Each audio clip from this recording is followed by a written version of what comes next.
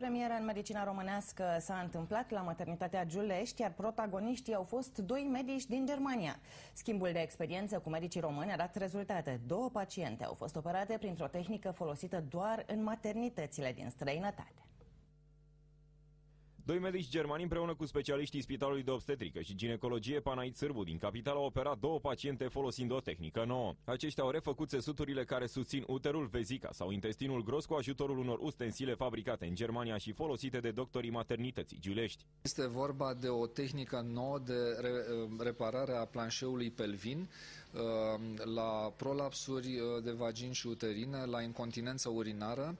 Și este un sistem din meșuri, din plase de polietilenă speciale, care sunt aplicate de asemenea cu niște instrumente pe care parte din ele le-am conceput împreună cu profesorul Göschen și le-am și produs în Germania și care deja sunt aplicate în România. Printre oaspeții de seamă care au venit la maternitatea din Giulești și au operat alături de specialiștii români este și doctorul german Klaus Göschen. Rezultatul intervenției a fost un adevărat succes.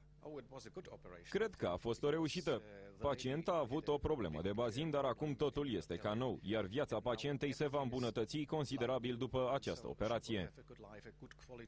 Medicul Andrei Funogea a studiat în România, iar acum profesează în Germania. De 2 ori pe an vine la Spitalul de Obstetrică și Ginecologie din capitală, unde alături de doctorul Bogdan Marinescu, managerul clinicii, inovează sistemul sanitar românesc folosind noi metode chirurgicale. Ne bucurăm de prezența lor, cu atât mai mult cu cât au avut amabilitatea de a ne pregăti 2 colegi tineri în Germania, iar acum suntem pe cale de a face un